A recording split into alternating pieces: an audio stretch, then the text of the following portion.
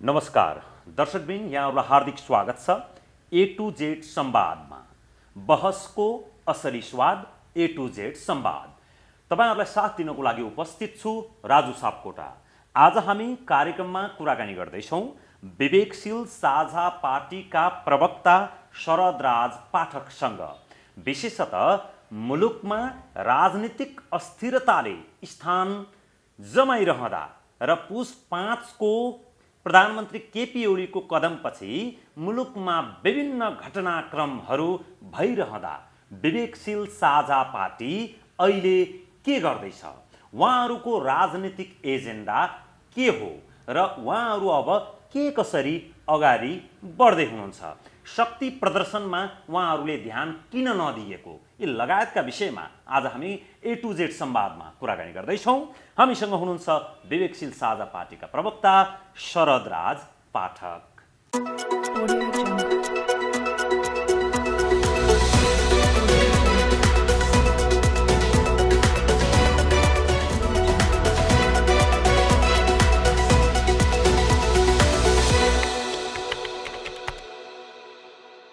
पाठक जी, यहाँलाई स्वागत छ ए टु जेड संवादमा। धेरै धन्यवाद। ठिक छ, आराम हुनुहुन्छ? एकदम ठिक छ। देशभरि संसद विघटनको मुद्दालाई लिएर एक पक्ष सडकमा छ, अर्को पक्ष त्यो कदम ठिक छ भनेर त्यो पनि सडकमा छ। राजनीतिक दलहरू एक हिसाबले अहिले आन्दोलित भइरहेको अवस्था छ। प्रधानमन्त्रीको पुस 5 गतेको कदम संवैधानिक कि असंवैधानिक, बहस यसैमा केन्द्रित छ। तपाईको पार्टी के गर्दैछ? हाम्रो पनि जवाफ स्पष्ट छ। यो प्रधानमन्त्रीको संसद विघटन गर्ने कदम असंवैधानिक हो, अलोकतान्त्रिक हो, संविधानमाथिको कु हो स्पष्ट रूपमा। र यो हामीले बडो दुःखले ल्याएको लोकतान्त्रिक शासन प्रणाली माथिकै ठुलो प्रहार हो। यसले मुलुकलाई एकदमै नियोजित अस्थिरतातर्फ लिएर जान्छ भन्ने हाम्रो स्पष्ट धारणा हो। र राजुजी, सम्भवतः प्रधानमन्त्रीको पुस 5 त्यो कदम प्रधानमन्त्रीले क्याबिनेटबाट निर्णय गरेर राष्ट्रपतिमा पुग्नुभन्दा अगाडि नै विज्ञप्ति मार्फत आफ्नो धारणा सार्वजनिक गरेर सडकमा उत्रिएको दल विवेकशील साझा पार्टी हो। र अहिले पनि हामी त्यसर्थ लगातार प्रधानमन्त्रीको कदम सच्चिनुपर्छ भनेर सडकमा छौँ, मिडियामा छौँ। आफ्नो उपस्थिति जहाँ जहाँ छ हामीले मुखरित गरिरहेका छौँ। देशभरि कसले कति मान्छे जम्मा गर्ने यो कम्पिटिसन छ, तपाईँहरू कम्पिटिसन गर्ने कि नगर्ने? अब दुःखका साथ भन्नुपर्छ, मान्छे थुपार्ने, मान्छे लिएर आउने लाने त्यस्तो खालको प्रतिस्पर्धा चाहिँ नि कोभिड-19 को जुन असर देखिएको थियो, नागरिकहरू आफ्नो थात थलो छोडेर गाउँ फर्किनको लागि राजमार्गमा कैयौँ दिन पैदल हिँडिरहनु परेको दृश्य हामीले देखेका थियौँ। त्यतिखेर प्रतिस्पर्धा गरेर ल हामी सवारी साधन व्यवस्था गरिदिन्छौँ, कसलाई कहाँ जानु छ भनेर त्यसमा प्रतिस्पर्धा गर्नु पाएको भए मजा आउँथ्यो होला। तर अब अहिले त हामीलाई यो दुःखदायी दृश्य के छ भने तपाईँको गाउँ गाउँबाट काठमाडौँमा शक्ति प्रदर्शनका नाममा मान्छे लिएर आउने हो। एउटा असंवैधानिक कदमको खुलेर प्रतिकार गर्ने हो, विरोध गर्ने हो। तर जुन खालको शक्ति प्रदर्शनको नाममा भिड बटुलिँदैछ, मैले चाहिँ त्यसलाई आसक्ति प्रदर्शन भनेको छु। आसक्ति प्रदर्शन के भने शासन व्यवस्था मेरै वरिपरि घुमिरहनु पर्यो अथवा मैले मनचाहे गर्नु पाउनु पर्यो। अहिले सत्तापक्षमा हुने प्रधानमन्त्री केपी शर्मा ओलीलाई को कुरा गर्नुहोस्, तपाईँको अधिनायकवादी शैलीमा शासन चलाउनु पाउनु पर्यो। त्यो आसक्ति प्रदर्शन हो उहाँहरूले गरेको। अर्को पक्ष के भन्दैछ भने हामी सुध्रिन तयार छौँ भनेर कहीँ कतै बाचा गरेको छैन, खुलेर कहीँ कतै भन्नुभयो होला। तर हामी यो यसरी आउने दिनमा राजनीतिको चित्र हामी यसरी बदल्छौँ, हामी यसरी सच्चिन्छौँ भनेर भनेको छैन।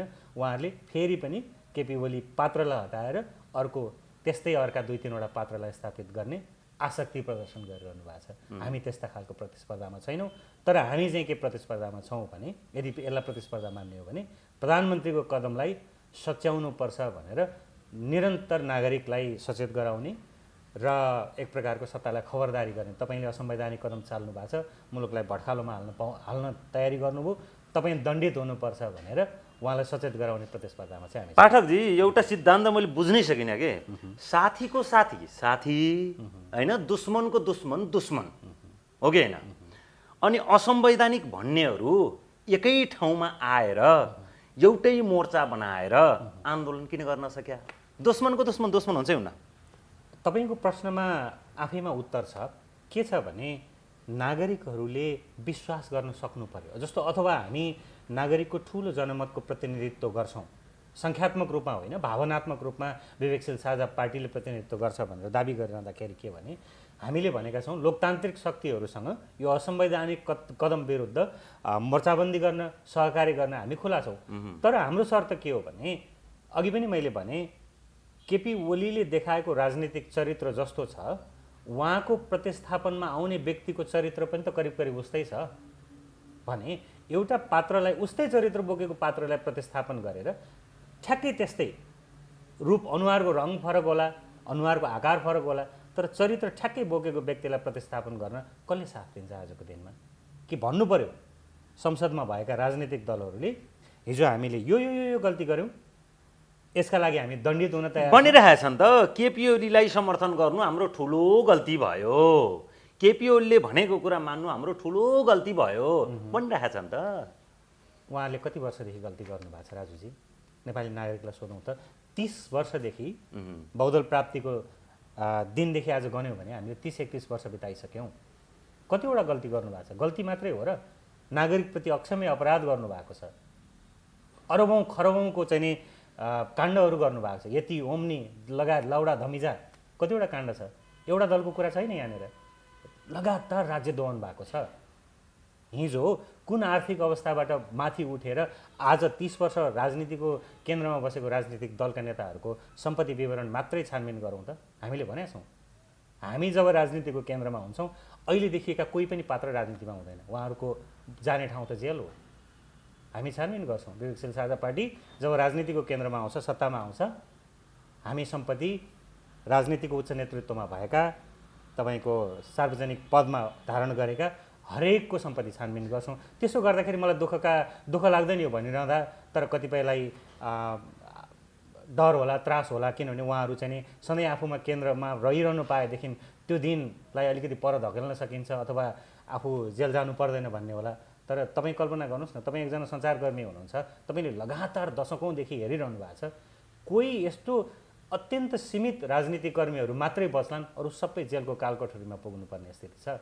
सबै भ्रष्टाचारमा यो वा त्यो भ्रष्टाचारका प्रकरणमा निर्लिप्त छन् हामीले बचाउने हो त्यस्तो पात्रलाई। त राजनीतिको केन्द्रमा जसरी हामी पुग्छौँ हामी पुग्यौँ भने यो गर्छौँ भनेर जुन तपाईँले चाहिँ कल्पनाको कुरा गर्नुभयो त्यसको लागि त उचित वातावरण अहिले त संसद भङ्ग गरेको अवस्था छ होइन फेरि चुनावको चाहिँ प्रसङ्ग आइराखेको छ विनाशपछि फेरि अर्को खालको चाहिँ विकास पनि हुन्छ यो तपाईँहरूको लागि सुवर्ण अवसर मौका हो कि होइन यो समय मौका भनेर हामीले केवल आफ्नो दलको मात्रै कुरा गरिराखेका छैनौँ। यो केपी ओलीको पुस 5 को कदमले अथवा राष्ट्रपति समेत सम्मिलित भएर जुन खालको कदम चालिएको छ यसले संविधान हामीले अरबौँ खर्चेर वर्षौँ लगाएर बडो दुःखका साथ बनाएको संविधानलाई डेरेल गर्ने सम्भावना छ अदालतमा परीक्षणको बाटोमा छ।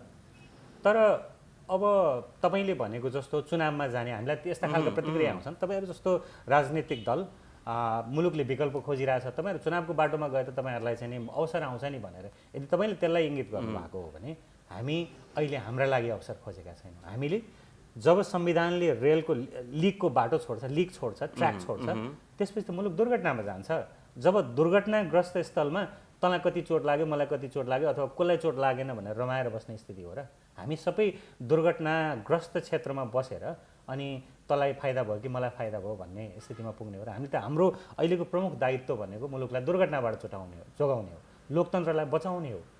तर त्यसो भनिरहँदाखेरि राजनीतिमा एउटा ठुलो खालको शुद्धिकरण जरुरी छ। पहिलो कदम यो प्रतिगामी कदमलाई सच्याउँ संविधानमाथिको सच्याउने कसले हो भन्दाखेरि स्वाभाविक रूपमा यो सर्वोच्च अदालतमा पुगेको छ हामी एकदमै विश्वस्त छौँ। हो न्यायालय शुद्धिकरणको बहस एउटा कुरा हो कतिपयले होइन न्यायालयमा सेटिङ छ न्यायालयमा जुन किसिमको भर्ती केन्द्र बनाइएको छ विगतका कैयन दशकदेखि त्यहाँ कार्यकर्ता भर्ती केन्द्र बनाइएको छ मलाई दुःखका साथ भन्नुपर्छ सम्मानित एउटा गरिमामय थलो हो न्यायालय। तर न्यायालयले न्यायालयको जस्तो नबनाउन कार्यकर्ता भर्ती केन्द्र जस्तो बनाइएको छ न्यायालयको गरिमा अक्षुण्ण राख्न सकिएको छैन। न्यायालयको सुधार एउटा पाटो हो शुद्धिकरण एउटा पाटो हो। तर अहिले हामीले विधिको शासनमा विश्वास गर्ने राजनीतिक दल हुनाले संविधानवादमा विश्वास गर्ने हुनाले अदालतमा जुन खालको परीक्षण भइरहेको छ अदालतले प्रधानमन्त्रीको कदमलाई सच्याइ उल्टाइदिन्छ होइन, संसद पुनस्थापना हुन्छ, संसदले आफ्नो ट्र्याक समात्छ, त्यसपछि चाहिँ नि संविधान दुर्घटना हुनुबाट जोगिन्छ, संविधान जोगिन्छ, लोकतन्त्र जोगिन्छ, अनि राजनीतिक सुधारको बाटो जानियो। जब राजनीति सुधारिन्छ हाम्रो लागि त स्पेसै स्पेस छ, हामी त्यसरी हेरिरहेका छौँ।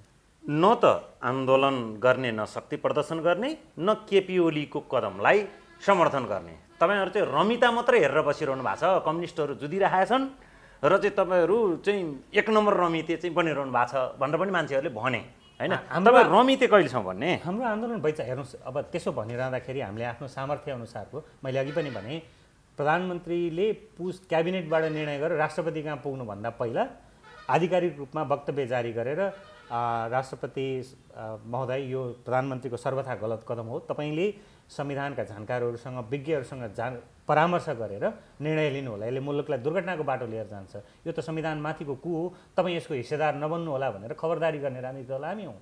हामीले सडकमा 7वटा प्रदेशमा प्रदर्शन गऱ्यौँ, तर आफ्नो सामर्थ्य अनुसारको।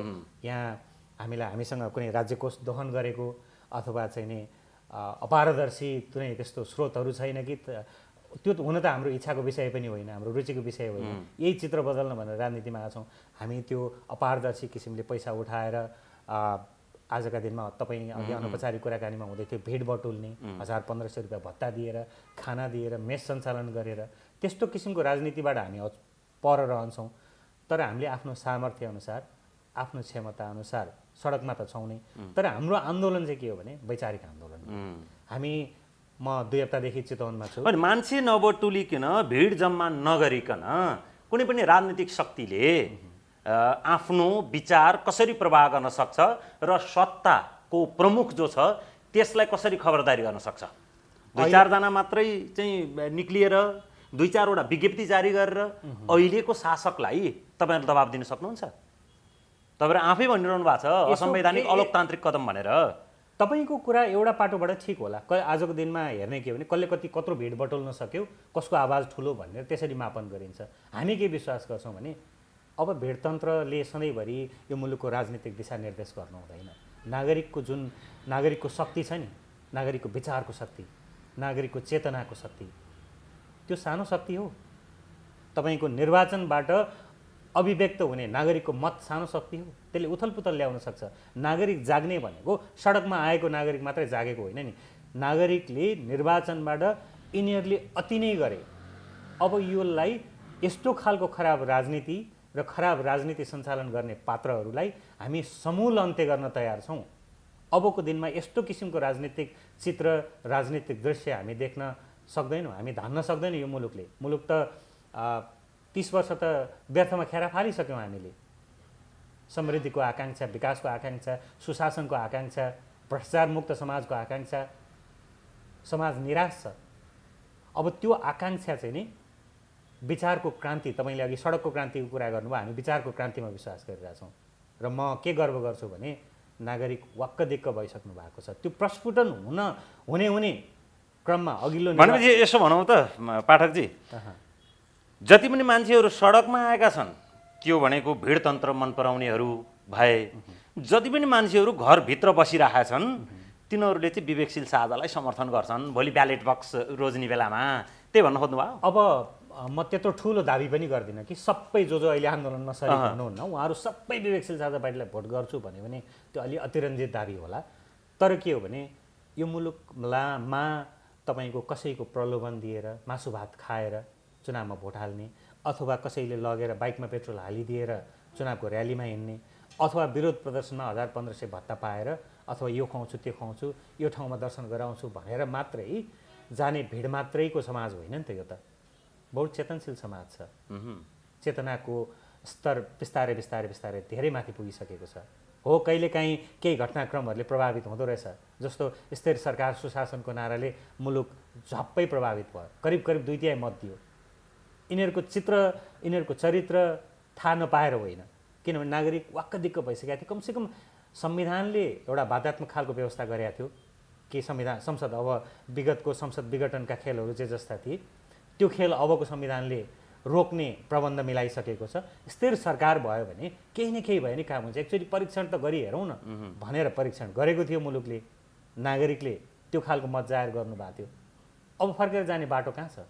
विकल्पमा नजाने हो भने कहिलेसम्म चाहिँ नि चिया पसलमा चिन्ता जाहेर गरेर बस्ने, कहिलेसम्म आफ्ना छोराछोरी बौद्धिक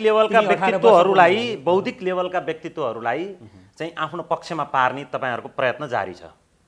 बौद्धिक तहका व्यक्तित्वहरू त धेरै हदसम्म अब केही बाध्यात्मक स्थितिमा बाहेक अथवा दलको छत्रछायामा हुर्किएका बौद्धिकहरू बाहेक अन्य बौद्धिकहरू त यो मुलुकमा विकल्प चाहियो भनेर धेरै पहिलादेखि बहस गर्दै तर बेस्ट ब्रेनहरू मेरो पक्षमा छन्, हाम्रो पार्टीको पक्षमा छन् भनेर प्रचण्डले चाहिँ खुल्ला सभाबाट भनिरहनु भएको छ। बेस्ट ब्रेन प्रचण्डहरूको पक्षमा छन्, तपाईँहरूको पक्षमा को छ? दाबी गर्नलाई जे गर्दै पनि भयो। हिजो उहाँहरूले दाबी गरिरहँदाखेरि 3 वर्ष अगाडि प्रचण्ड, पुष्पकमल दाहाल र म एउटै क्षेत्रमा प्रतिस्पर्धा गरेका थियौँ। उहाँले चुनावी सभाहरूमा अब यो मुलुकमा वाम गठबन्धनले स्थिर सरकार बनाउँछ, सुशासन दिन्छ, चितवनमा यो गर्छ त्यो गर्छदेखि लिएर तपाईँको कत्रा सपना बाँडिएको थियो। मुलुकमा के गर्छौँ भनेर सपना बाँडिएको थियो।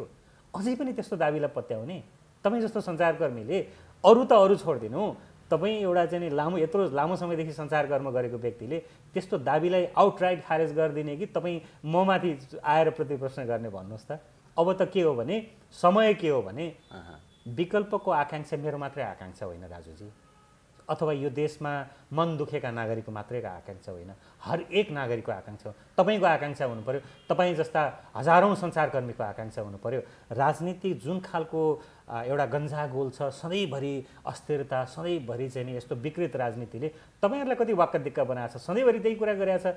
30 वर्ष अगाडि 20 वर्ष अगाडि मैले सञ्चारकर्म सुरु गर्दाखेरि कुनै समयमा म जुन खालको बहस चलाउँथेँ आजभन्दा 18-19 वर्ष अगाडि, आज पनि म बसेर म राजनीतिको मैदानमा उत्रेर त्यही कुरामा सञ्चारकर्मीको प्रश्न खेपिरहेको छु। कहिलेसम्म जाने यसरी परिवर्तन नगर्ने?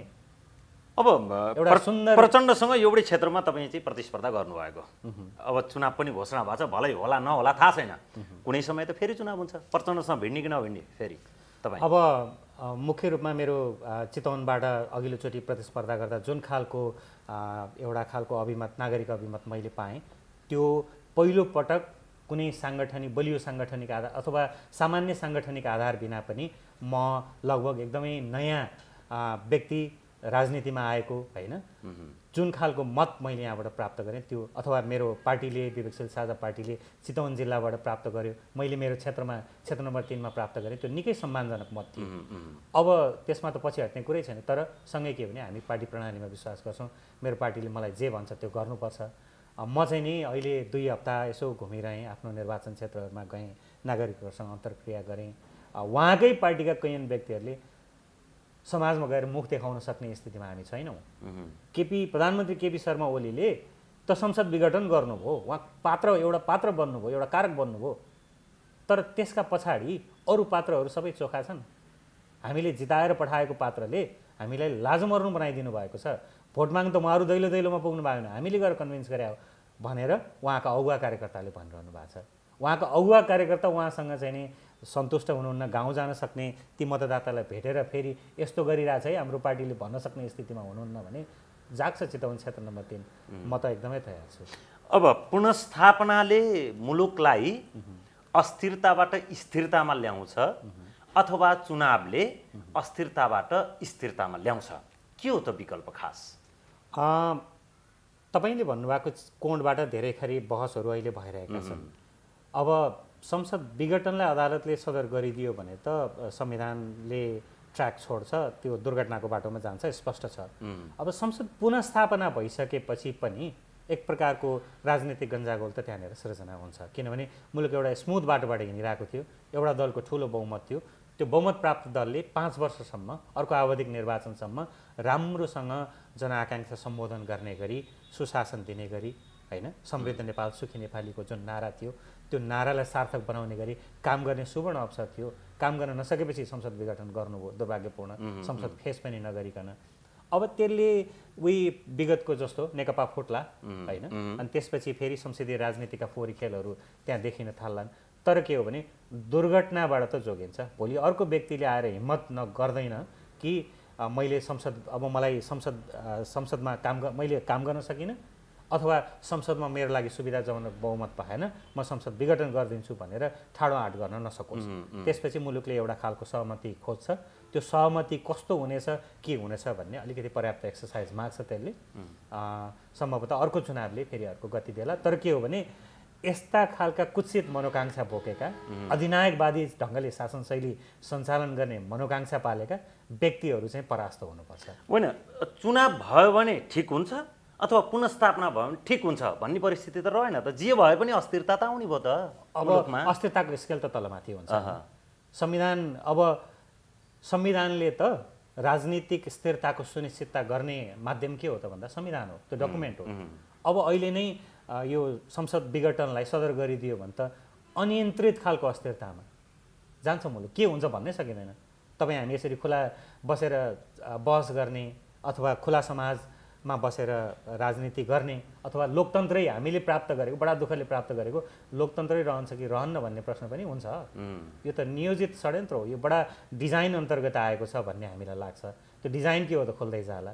तर कमसेकम संसद पुनस्थापना भयो भने अथवा प्रधानमन्त्रीको कदम सच्चियो भने, अदालतले उल्ट्याइदियो भने जे हुन्छ संसदभित्र हुन्छ नि, होइन हो। अब त्यसपछि चाहिँ नि नागरिकले त्यसपछिको आवधिक निर्वाचनमा चिन्नु पर्यो। नागरिकले असली मुलुकमा सङ्कटकाल लाग्दैछ, मुलुकमा अध्यादेशको युग सुरु हुँदैछ भनेर पनि कति मान्छेले लक काटिरहेका छन्। त्यो लक काट्नेहरू सही छन् तपाईँको बुझाइमा? त्यसमा दम छ।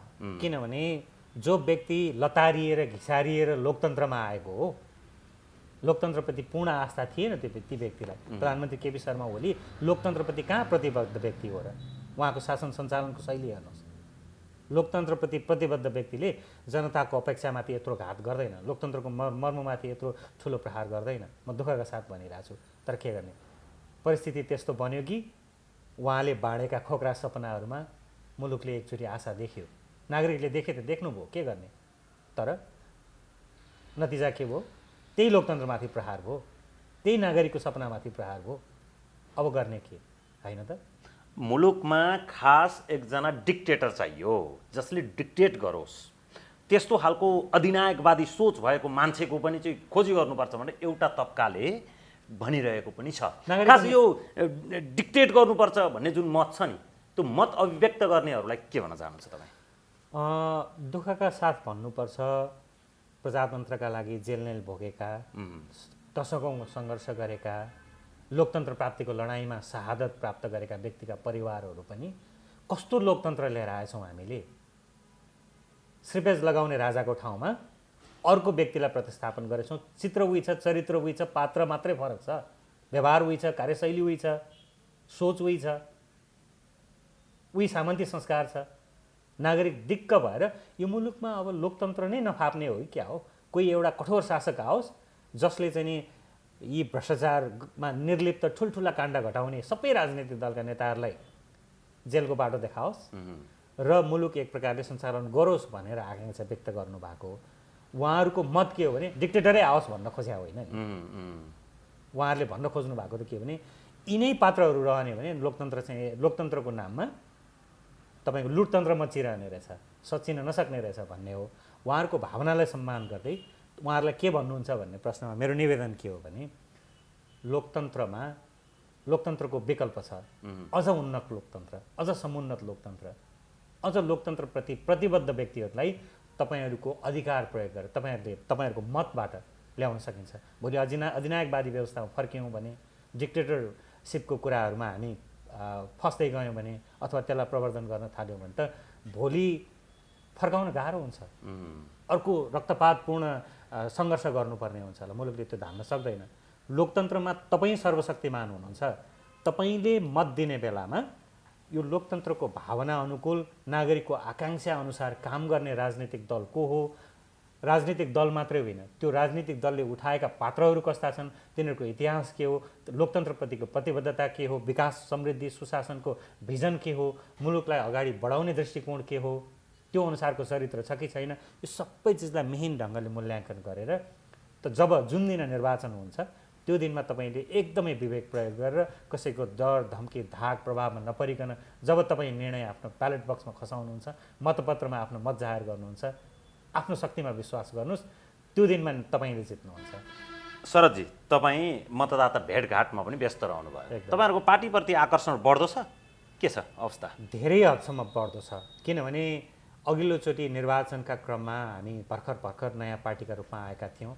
त्यतिखेर म चितवन क्षेत्र नम्बर 3 का धेरै क्षेत्रमा घुम्दाखेरि मलाई आउने प्रश्न के थियो भने भएकै राजनीतिक दलहरू सच्चिहाल्छन् नि, तपाईँहरू जस्तो राजनीतिक दलहरूलाई अलिकति समय लाग्ला, तपाईँहरू पनि काम गर्दै गर्नुहोस्, तर हाम्रो अभियान चाहिँ यही राजनीतिक दलहरूलाई सच्याउन सकिन्छ कि भन्ने थियो।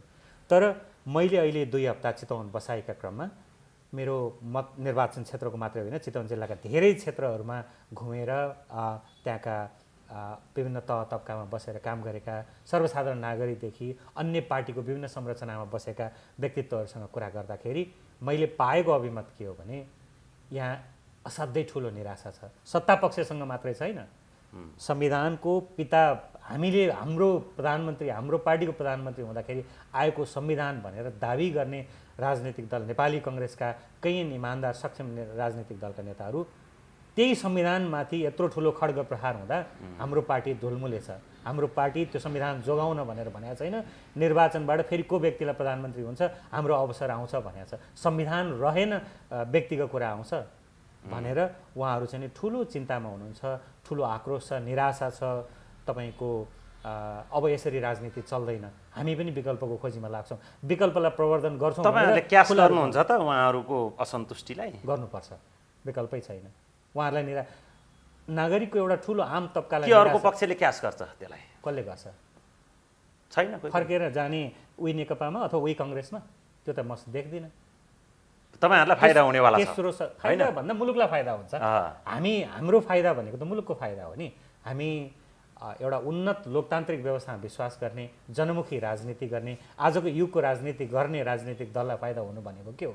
नागरिकका एक आकाङ्क्षा पुरा गर्ने राजनीतिक दल अगाडि आउनु भनेको त मुलुकले जित्नु हो। फाइदा लिनुभन्दा अगाडि फेरि तपाईँहरू टुटफुट हुन्छ कि भनेर पनि मान्छेहरूलाई आशंका छ। एकपटक गल्ती गऱ्यौँ, टुटफुट हुन्छै हुन्न पार्टी। अब एकपटक गल्ती गरेका छौँ, त्यसलाई लुकाउनु छिपाउनु छैन। त्यो अक्षम्य गल्ती थियो, त्यसलाई हामी नजिर बसाइसकेका छौँ। अत्यन्त विनम्रतापूर्वक, के भने राजनीतिमा कहिलेकाहीँ गल्ती हुन्छ, कहिलेकाहीँ गल्ती हुन्छ, तर महत्त्वपूर्ण के हो कि तपाईँ गल्ती सुधार्नुहुन्छ कि मेरो गल्ती नै गरेको थिएन भनेर सच्चाइ तपाईँ दाबी गरेर अगाडि बढ्नुहुन्छ। हामीले खुला रूपमा, खुला हृदयले हामीलाई माफी गरिदिनुहोस्, अक्षम्य गल्ती गऱ्यौँ हामीले, त्यो ठुलो गल्ती हो। अक्षम्य भन्नुको अर्थ क्षमै नहुने। क्षमतावान मान्छेहरू पार्टीमा टिकाइरहन पनि सक्नु भएन तपाईँहरूले। राजनीतिमा कहिलेकाहीँ यो यही समाज हो। बेस्ट ब्रेन, हजुर, बेस्ट ब्रेनहरू पनि होइन, त्यस्तो हुन्छ। राजनीतिक पार्टीमा आउने जाने चलिरहन्छ। हेर्नुहोस् राजुजी, हामी नै, तपाईँ नै सञ्चारकर्म गर्दा कतिवटा सञ्चार माध्यम चाहिँ परिवर्तन गर्नु होला। माध्यम ठुलो कुरा होइन, तर के हो भने तपाईँ सत्कर्म गरिरहनु भएको छ कि छैन, तपाईँको मूल लक्ष्यमा तपाईँ कतिको दृढ हुनुहुन्छ। अझ राजनीतिक पार्टीको जीवनमा त तपाईँले लिएको लक्ष्यबाट तपाईँ विचलित हुनुहुन्छ कि हुनुहुन्न, त्यो महत्त्वपूर्ण हो। अब व्यक्तिहरू त आउने जाने, अब यो मैले अघि पनि भने यही समाजमा बसेर राजनीति गर्ने हो, यही समाजको चरित्र बोकेका व्यक्तिहरू हामीहरू हौँ। कहिलेकाहीँ हामीले सामूहिक लक्ष्य, सामूहिक अठोट, सामूहिक दृढताभन्दा पर गएर हाम्रो सोचहरू चाहिँ कहिलेकाहीँ यसरी जाँदा राम्रो हुन्छ कि अथवा उसरी जाँदा राम्रो हुन्छ भन्ने र सामूहिक निर्णयमा अलिकति विश्वास नगर्ने परिपाटी छ। त्यो हुँदाखेरि केही साथीहरू, केही सहकर्मीहरू यात्रामा मिसिने, छोड्ने क्रमहरू भयो।